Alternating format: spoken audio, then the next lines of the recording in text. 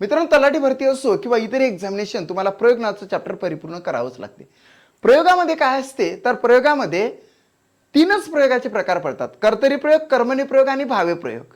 आता याचे उत्तर आपण तर डायरेक्ट ट्रिक्सनं पण काढतो, परंतु ट्रिक्सनं पण मी समजावून देतो आणि उलट तुम्हाला प्रत्यक्षरित्या त्याच्याला चेंजेस सुद्धा मी सांगतो. आता बघा, खालील वाक्यातील प्रयोग ओळखा. पोपटाने मिरची खाल्ली. समापन कर्मणी प्रयोग, भावे प्रयोग, कर्मणी प्रयोग आणि पुराण कर्मणी प्रयोग. पुराण कर्मणीच्या बद्दल तर इथं आहेच नाही. तो वाक्य कर्म करीचे लघु लेकराने, द्विजी निशिदा पासा व मनी जलो, जो जो कीचे परमार्थ लाहो, अशासारखे कुठेही इथं आले नाही, म्हणून आपण सिली मिस्टेक करणार नाही. चौथा ऑप्शन तर इथून निघूनच गेलं. मग उरले तीन ऑप्शन.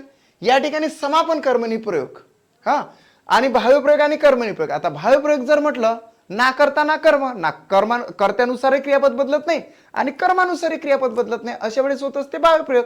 आणि त्याची भावे प्रयोगाची जर खूण ओळखायची जर झाली तर कर्त्याला आणि कर्माला प्रत्यय लागलेला असतो. या ठिकाणी कर्त्याला प्रत्यय लागला, मात्र कर्माला प्रत्यय लागलाच नाही, म्हणजे या ठिकाणी भावे प्रयोग होणार नाही, म्हणजे हाय कॅन्सल. या ठिकाणी भावे प्रयोग सुद्धा कॅन्सल झाला. आता 2 आणि 3 मध्ये जाऊ. या ठिकाणी कर्मणी आणि या ठिकाणी कर्मणी आहे की नाही. आता लक्षात घेऊया, यामध्ये क्रियापद आहे खाल्ली. खाल्ली मधला खा हा धातू आहे. त्याला प्रश्न विचारू, खाणारा कोणतो? पोपट. पोपट काय झाला? कर्ता. खाण्याची क्रिया कोणावर घडली तर मिरचीवर. मिरची काय झालं? हे कर्म. या ठिकाणी कर्ता आणि कर्म आहे. आता कर्म असेल तेव्हाच कर्मणी होणार की नाही, म्हणजे याच्यावर फोकस करावं लागेल. आता मी काय करतो, डायरेक्टली जर तुम्हाला सांगायचं झालं तर कर्माला कुठल्याही प्रकारचा प्रत्यय नाही आहे, म्हणून डायरेक्ट आपण त्याला कर्मणी प्रयोग म्हणणार आहोत. पण या ठिकाणी समापन कर्मणी आहे का तर नाही, म्हणून third option is the right answer of this question. आता कर्मणीच आहे का, यासाठी आपण काय करायचं की मिरचीच्या जागेवर आंबा टाकू. आंबा काय होते, नेहमी नेहमी मिरची खाऊ खाऊ तो पोपट हे झाला असेल, त्याने एकदा तरी आंबा खाऊन बघितला, म्हणजेच आपण आंबा टाकला, म्हणजे या मिरचीचं लिंग चेंज केलं.